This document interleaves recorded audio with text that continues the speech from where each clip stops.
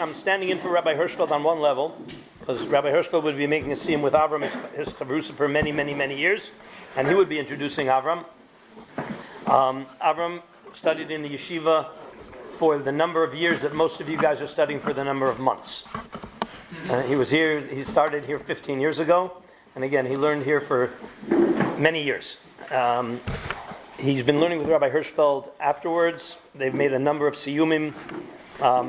I'll let Avram tell you his background, because I'm not exactly sure who he worked for. I thought it was a different branch of the military than it was, so you'll fill them in. But Avram is a perfect example of somebody who can excel in his profession, excel in his limud Torah, continue learning, continuing have a parnasa, and he'll try to share some of his secrets with you. And he should certainly serve as a role model. And I give you all a bracha that you should be able to make as many siyumim as balabatim as he made. Amen. Thank you for the courtesy. Birshut Rosh Yeshiva, Rabbeim, and most of all students. It's great to be back. I feel like this is almost like an extension of my home. Like Rabbi Karlinsky said, I learned here for many years. It's really great to be back. Rabbi Hirschfeld and I have been learning for many years. And we have a Rabbi Hirschfeld system of learning that we use to go through the Masechtas. Basically, we learn a new Amud every day, 7 days a week. We do it together, except for on Shabbos and the holidays. Every day we learn one new Amud, yesterday's Amud, and last week's Amud. So it takes us somewhere in the vicinity of 45 minutes. And now we just completed Masechet Nedarim. And then, of course, we started, right, Nazio.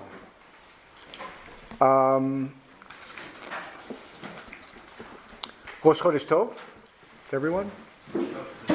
I want to just go over and briefly summarize the end of the Masechet, and then I'll go over the very last case. The end of the Masechet, it goes through numerous cases of women who were either claiming to have been unfaithful to their husbands or some other incident that happened that showed that perhaps they were unfaithful to their husbands.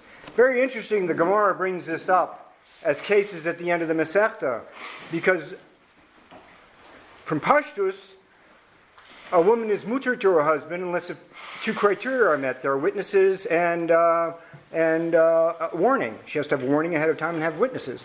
It's very interesting that the Gemara brings these cases up. I was thinking when I was learning it that it's probably, it matters what you say. Right? That's what this Masechta is all about. Whatever comes out of your mouth matters.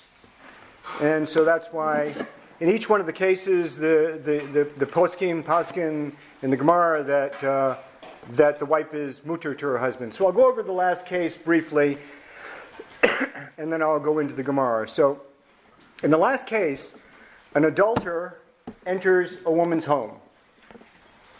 Shortly thereafter, the husband comes home. So he goes and he hides behind some sort of a curtain next to the door or something like that, so he won't be seen. And while he's standing there, kind of incognito, he realized that there's a snake, a poisonous snake, that goes into this bowl of vegetables and eats from it some and perhaps put poison in there and then left. And a couple of minutes later, the husband asked to have some of the vegetables. Now, the wife didn't know what was going on at all, so she goes to serve him up these vegetables. And the guy jumps up and he says, "Don't eat from those vegetables, a poisonous snake was in them." Right? So, and then Rava answers whether if she's mutter or not. Amar Rava, itneta sharia. Your wife's permissible. Im atia the Abi Disura, if the man would have come to do an Isser, Nichale Diachal V'Yamut. It would be good if he just ate the stuff and died, right? Because this guy wants to be with his wife. And he brings a pasuk to prove that. Hinifu v'dam beyadehim. People who committed adultery, it will end up in murder. So that's how Rava Paskins it. And then the Gemara answers with a svara to want to say, the Gemara first of all says pshita. Well, that's obvious, right? Ma'odetema. Because what would you might say? Isua Avid, he did an Isser. The Havid Amarle, and maybe he would be thinking, and he would say, maybe it's better that the husband doesn't die. Why? His wife can be for me an Isser. In other words, the Gemara is bringing up the suggestion that maybe the husband wouldn't want to kill the wife, wouldn't want to kill the husband, want him to live, so he could continue living in an Isser. So why would the Gemara bring such a suggestion? Well, the Gemara brings a pasuk to prove it. Mayim gnuvim yimtiku velechem sturim yinam. Sweet water, stolen waters are sweeter, and bread eaten in secret is pleasant. So meaning the same thing that I said a minute ago, that doing something in Isser speaks more to our taivas than doing something in a hetel. So Rava therefore is teaching us that this is not a concern in this case. Rather, the assumption is because the husband, because the supposed adulterer let the husband live and warned him that he had not actually yet committed any sin. Therefore, he acted in exactly the appropriate manner. Like I said, this is really like a second home to me. I love this place. I come back every time. I see familiar faces. I see new faces. It just gives me great chizuk. One thing that I'm always sad about is I didn't start at y'all's age. Right? That's a huge, huge thing. Yashkov to all of y'all. I would like to start off by thanking HaKadosh Baruch Hu for all the good that He has bestowed upon me and upon my family, and that He has given me a dear friend, Chavruta, and mentor of Hirschfeld. Unfortunately, he can't be here with us today. Normally we do this together. It's a great schus for me to be here today, not only to celebrate the Siyum, but also to be honored with the ability to share with you a few of my thoughts. Before I get started, I would like to mention that really, in the real truth of the thing, everyone says this, but in this case it's actually true. I wouldn't be here today if it wasn't for my dear wife. When we married, the subject of learning full-time wasn't on the agenda. It never crossed our minds. Right? I started off my young adulthood quite differently probably than most all of y'all. Right? I was an intelligence officer. I spent my last shtick in the 5th Special Forces Group. I was an interrogator. I was what we called a human intelligence officer. In layman's terms, many people call it a spy. Did it for many years, almost 20, Baruch Hashem. I traveled the world, lived in Europe, was all throughout the Arab world. I speak, read, write Arabic fluently. Right? But every time I would head out, there's one thing that I would always do. Before I'd head out on any mission, I'd take my siddur, my tefillin, and my talis and put it in my bag. And if I was going to an Arab country where those things were forbidden, I'd put it in my portable safe.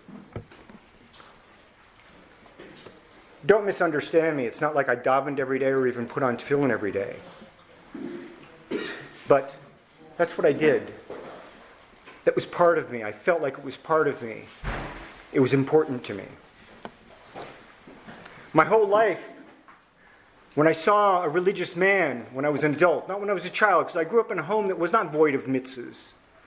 But when I was a young adult, I would see a religious man, and I would say, I want to be just like him one day.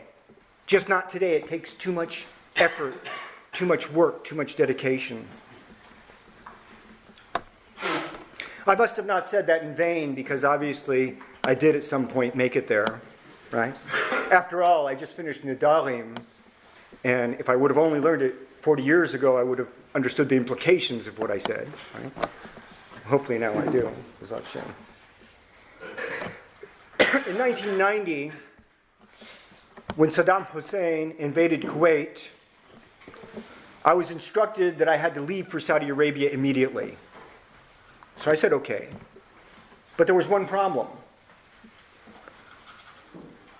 Jews weren't allowed in Saudi Arabia. In order to get into Saudi Arabia at the time, you had to be one of two things. Either Muslim or have a baptismal certificate. So my boss said, no problem, we make documents all the time. We can make you a baptismal certificate. I said, no way. I said, I'm not traveling anywhere. There is no chance that I'm traveling anywhere with a baptismal certificate. I don't have to go. You can send someone else.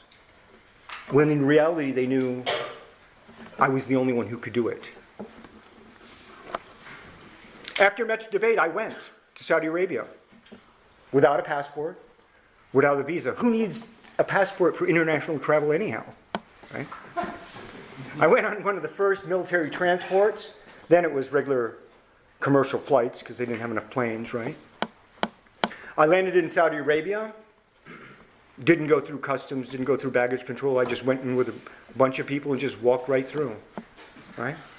I was there for several months with no ID, right? They were sure thought I was a spy then, if they would have come. A few months later, my passport arrived, had a visa in it. I don't know, somehow they got it without a baptismal certificate. So you have to ask, why am I telling you all this? What's the point that I'm trying to make? The point that I'm trying to make is very simple. When something is important to you, you do it. Everyone's important is different. And that important can change with time. Depends on the circumstances. What was important today may not be important tomorrow. That's how we're wired. These things were very important to me. Not getting a baptismal certificate, going everywhere with my tefillin and talis and siddur. They were as important to me as my learning is today. What happened? What caused the change? Like I said before, I didn't grow up in a house that was void of Torah and mitzvahs. It was like I said in the beginning, and when I started talking, it's all her fault, right? It's my wife, Baruch Hashem. She's a great, strong woman, and it wasn't only her, but it was the influence of her Rabbanim. The Rabbanim, she comes from a very special community, a very chashuv community in Basel, Switzerland. Her rabbis would take out time, of their valuable time every day, not every day, whenever we had time, to learn with me. And the more that I learned, the more I wanted to learn. And then it got so overwhelming, the desire to get more connected to Torah, that I decided I wanted to learn full time. I had no idea what that meant. Right? So my wife and I, we started going up and down the eastern seaboard looking for a place for me to learn.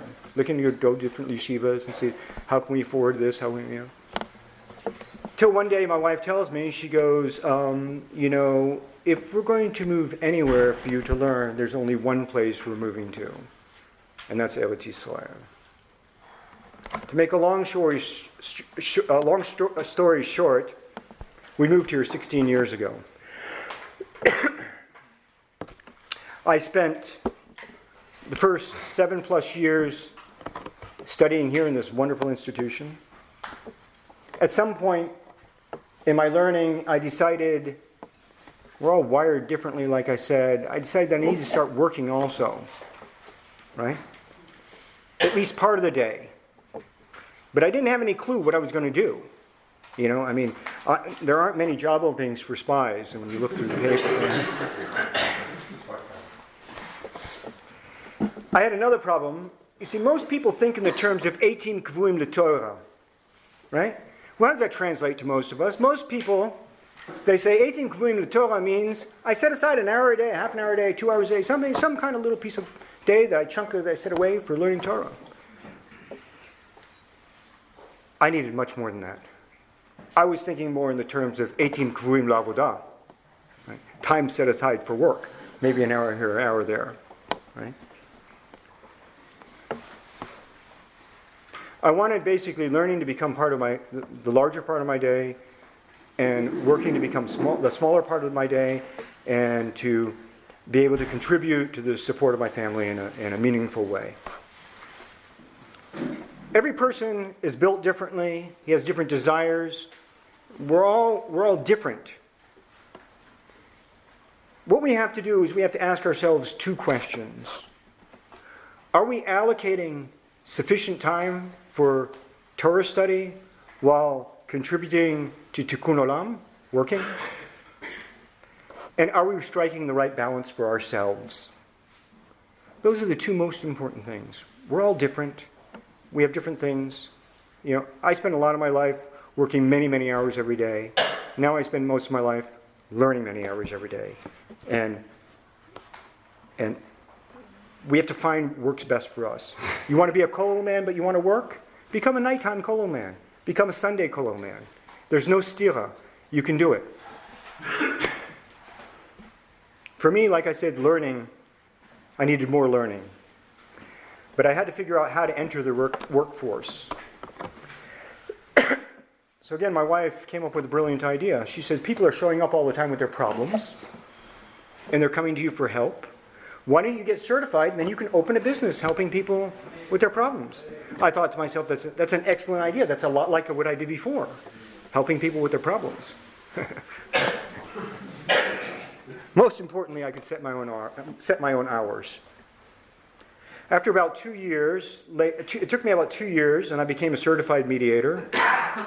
I have my own private practice, and I also work for a mediation center in Modi'in, which I just came from now. I was just in the mediation center in Modi'in before I came here. I specialize in family mediation. I set my own schedule, but it's not perfect. Right? Things happen, people have different... Right? You have to be flexible. I basically learn every day from 7:45 to 2:30. I don't break. I'm in a kollel in Emmanuel where I live. And after that, I rest, I eat, and then I go to work. If I have work, then fine. If I don't, then I find other things to occupy my time. And sometimes I get home very late at night. But occasionally I have a client like this morning who only can meet in the mornings. So what do? That's on the cheshbon of my learning. Right? So what do you do?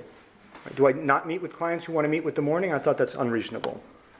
What I decided to do is, on days that I have a client in the morning, I don't schedule anything in the afternoon and the evening, and I push off my learning, and that's when I do it.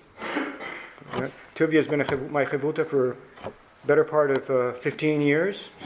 He can tell you, sometimes we learn in the afternoons instead of first thing in the morning.